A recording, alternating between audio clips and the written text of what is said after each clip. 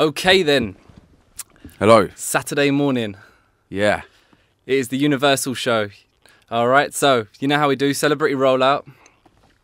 Who have we got in the building this morning? Well, we've got Bill Murray. We've got Keith Murray. Jeez. Keith Urban. Busta Rhymes. Oh my God, he's going through the list. Don't expose them all because they got to introduce themselves, you know. Okay, all right, guys. Okay. No, they're saying they don't want to talk. Yeah. The chill. dragon. Once you said Busta, it's just the dragon. It's my entourage. It's my crew. Go on, introduce yourself, please. Sorry, and I'm Raleigh Ritchie. This morning. Yeah. Hi. Raleigh Ritchie. Raleigh Ritchie. Raleigh Ritchie. Raleigh Ritchie. Like ballet. It doesn't matter. You can say however you want. Raleigh Ritchie. Yeah. I got it right. I'm not one of those people that corrects names. I feel like that's wrong. You know, people say to each other, you're at a party and someone goes up to you and they go, oh, you don't remember my name, do you? It's like, why are you doing that? Yeah. Why are you shaming me like that? Why are you going on like that? No, you just call him mate. You can call me whatever you want. You can call me Richard if you like. That's fine. In that situation, you just go, if it's a female, babe, just call her babe. If it's a guy, it's like, man, babe, bro. We've got to be equal gender equality. Okay. Guys and girls so can what be matches babes. for both of them? Can be guys and girls can be dudes. Okay, dudes. Dudes. What's up, dude? Just everyone's a dude. So if I can't say your name this morning, I'm going to say dude. Cool. Go for it. No, that's rude. I'm not going to do Richard, dude. Oh, my goodness. So let's get it rolling. Yeah, sorry. I know, we could just get... just goes off on one. So, welcome to the Universal show. First time on board. Thank you. Yeah. Nice to have you here. Buzz Radio. It's nice to be here. It's nice to be here. How you feeling this morning? Morning-y. Yeah, morning-y. You had your McDonald's breakfast, right? No, I haven't had one of them for years. I've just started exercising, so I'm not meant to be having McDonald's, but I want one now. Eat. You know, you get sausage in the pancakes with... yeah. Oh, man, don't start now. I'm going in. Right, so what we like to do on the show in the morning is we like to give some insight towards the background of yourself, let the listeners know who you are, because for those that haven't heard of you already, it'd be good to let yourself known. So where did you start? What's your name? What'd you do? I started in Bristol. I'm from Bristol originally. I moved to London when I was 17. My name is Riley Richards, and I sing and I write songs. Brilliant. Yeah. So singer, you write songs. Yeah. Yeah. So we're going to get into the new project in a little bit. So before then, how long ago was it that you decided that you wanted to become a singer or a writer? What came first? Writing came first. Singing was like more out of necessity than anything. Like I started writing songs when I was like 13, 14. And they weren't very good. But it was just like, I used to write things down. So I didn't write diaries. It wasn't like January the 15th. Today I feel sad. It was just, I just literally just write down on a pad like how I felt. And I started to realize as I was like getting more into music and like discovering music for myself that, these people that I like are just singing their diaries. Like that's what writing a song is. So I thought since I'm writing stuff down all the time anyway, maybe I can like turn it into a different format. And it's like just weirdly started to write songs instead. So every day pretty much. Making it a bit more poetic and... Yeah, well not even that. Like the thing, a lot of them didn't even rhyme, or they were like I've taught myself by listening to other people. And like I didn't do lunch breaks at school. Like instead of going for lunch, I'd grab stuff from the shop in the morning, and then I'd just go I'd go up into the music block and I'd just sit in one of the rooms. I'd just hire out the room pretty much every day and just write. So yeah, that started, and then my real thing was I just wanted to write songs because it helped me.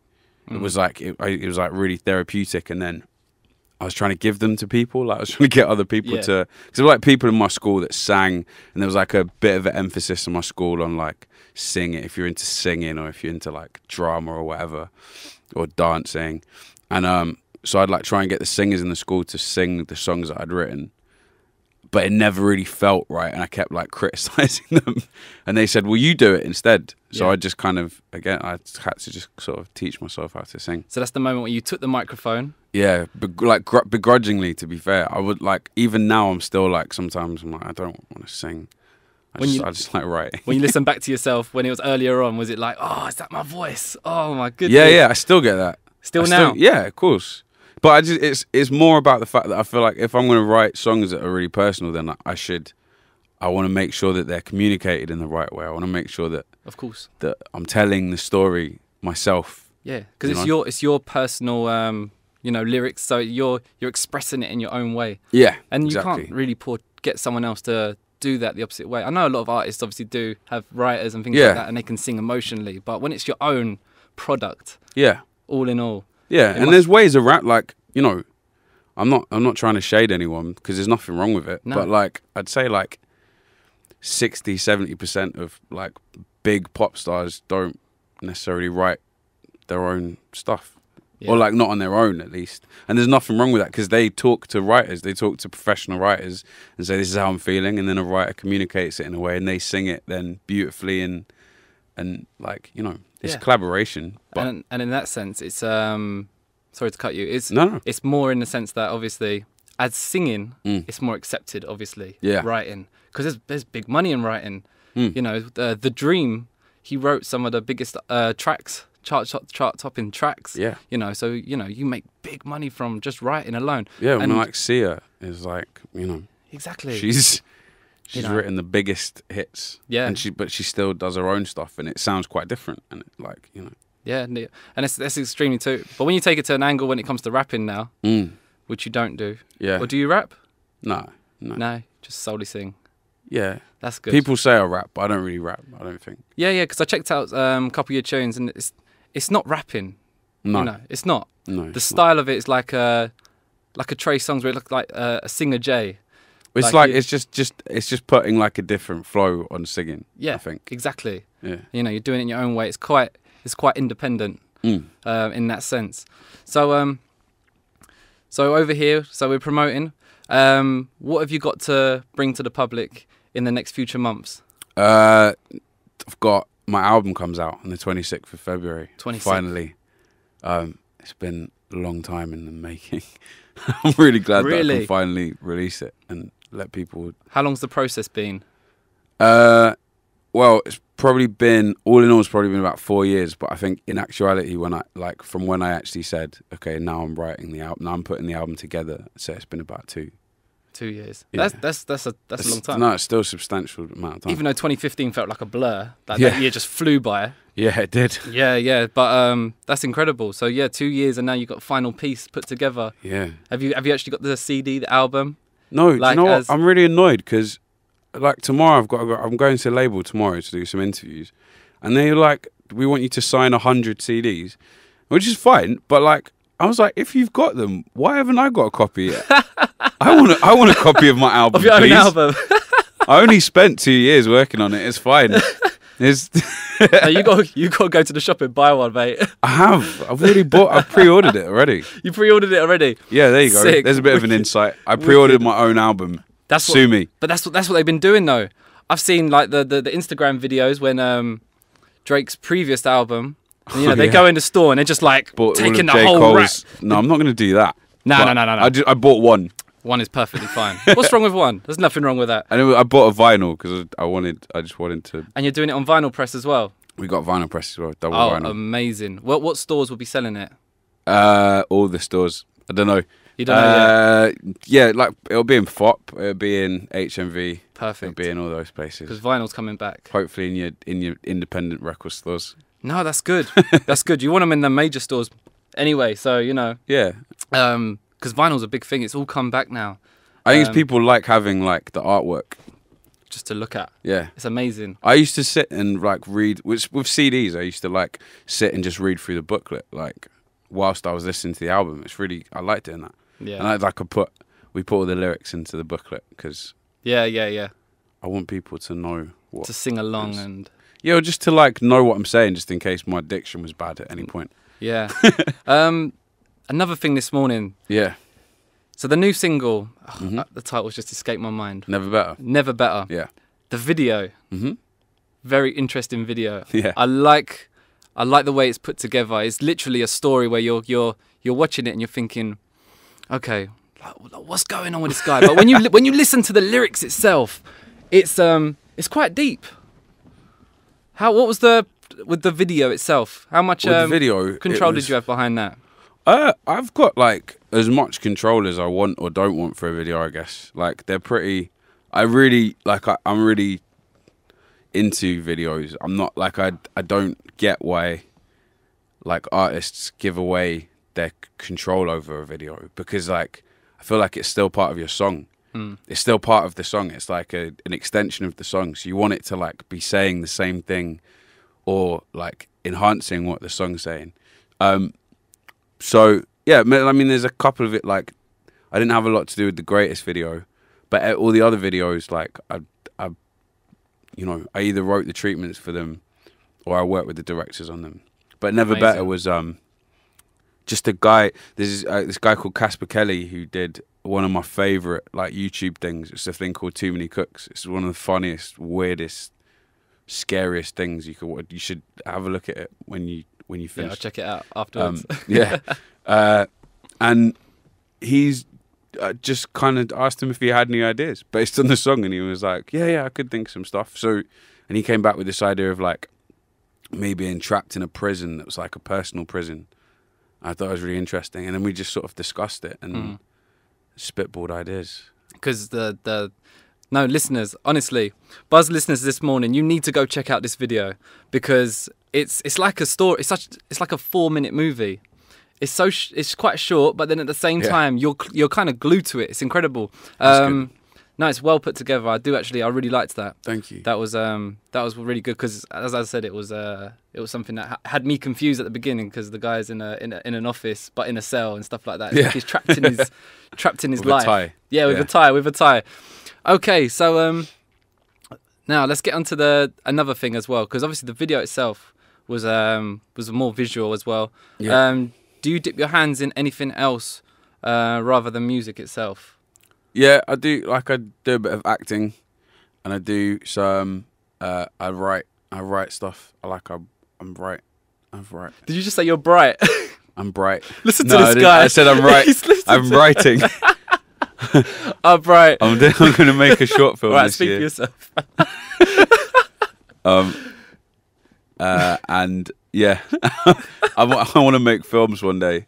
I'm just saying, like, there's lots of things I like doing. I'm just going to do them as and when I can. Now, this is what I like, because this guy's being humble. Now, I'm a big fan of a certain program on TV. You're building this up so much. I'm building it up because I'm a fan of a program on TV, and it's a lot of people. It's got a massive following. I only found this out today. I got told about, you'll be passing through on the show earlier on last week, and it was just some light reading I was doing just before, while I was on my way to the studio. Now, this guy, okay, he's being very humble about this. What show are you in? Sorry, I was trying to match your build-up with some build-up music. No drums. No, we haven't got no drums. We haven't got no. I'm in Game of Thrones. Game of Thrones. Yeah. Crazy. That's a big thing. Yeah, it's cool. Incredible. It's fun. I only want to talk about it a little bit, because obviously we're talking about your material as yourself, as an artist. But Game of Thrones. What is the character's name that you play? Grey Worm. Grey Worm. So have you still got your bits all intact? Because I know they. Have I still got my bits? Yeah. Because the storyline in Game of Thrones, bit. Grey Worm in Game of Thrones is a soldier. Yeah. And it's quite a deep character as well, from a background. And they're slaves with their private parts cut off. Well, the reason I got cast is because I was born without them. I was born without private Exactly. parts. That's why I had to ask. Because you got to fit your role perfectly. Yeah, exactly. And it's also real. Those dragons are like real. They put them in cages and take them out. That's amazing, man. That's commendable. That is amazing. I'm not going to go any more into it, because I want to know the spoilers, but I don't want to know at the same time. I don't want to talk anyway. I don't want to talk about it anyway, because it'll get me emotional. If I say anything. Yeah. I believe that. So have you got any shows coming up? Yes. Yeah? Yeah, I've got 3 shows coming up in April. 27th, I'm in Bristol, my hometown. Bristol Academy. 28th, I'm in London, Shepherd's Bush Empire, which is cool. And 29th of April, I'm going to be in Manchester. Are these your headline shows? Yeah. They are? Yeah. How are you feeling about that? Good. I'm excited. It'll be my 3rd headline tour. Yeah. And the last couple went really well. Yeah. So, yeah. Any memorable moments from the last ones? Any crazy situations that happened that you can remember from stage? Not like really crazy things. I nearly break my arm or my neck like pretty much every single show because I jump around a lot, but nothing specific. Not fell off the stage though? No. No? Okay. Right then, so Universal listeners, we have got Raleigh Ritchie in the building. Have I said it right? Have I said it right? Because I was gonna. You said ballet. You said it right. Raleigh Ritchie. Yeah. I'm still trying to get it, but yeah, it's nice to have you on board, man. Thank you, man. So what we're gonna do? We're gonna wrap up the interview now. We're gonna kick off with your brand new single. Cool. Once again, push the date for the single release. Yeah. Album release. And all your social medias, all that stuff, so everyone can get in touch with you as well. Cool. So the album is out on the 26th of February, and if you pre-order it now, you can get the new single on there. You can get it right now.